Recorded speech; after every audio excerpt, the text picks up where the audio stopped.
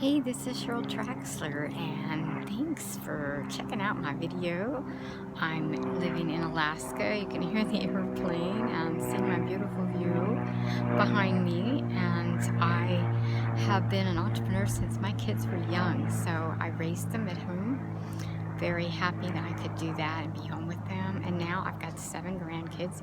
Wow, it's incredible. And I want to talk to you about some very powerful potential we have and how you can earn money every day.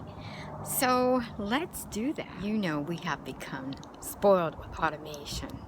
We got the automated dryer and the dishwasher and the washer. I remember the day when we took our clothes out and hang them up on a clothesline. We are spoiled. We love automatic stuff. We would truly do. And imagine an automatic business. And that's what we're talking about. And I've got this automated trash compactor, crazy thing, but saves me so much trash bags because it compacts it, and it's incredible and works for me, and I love that. I didn't know that I would, but I do.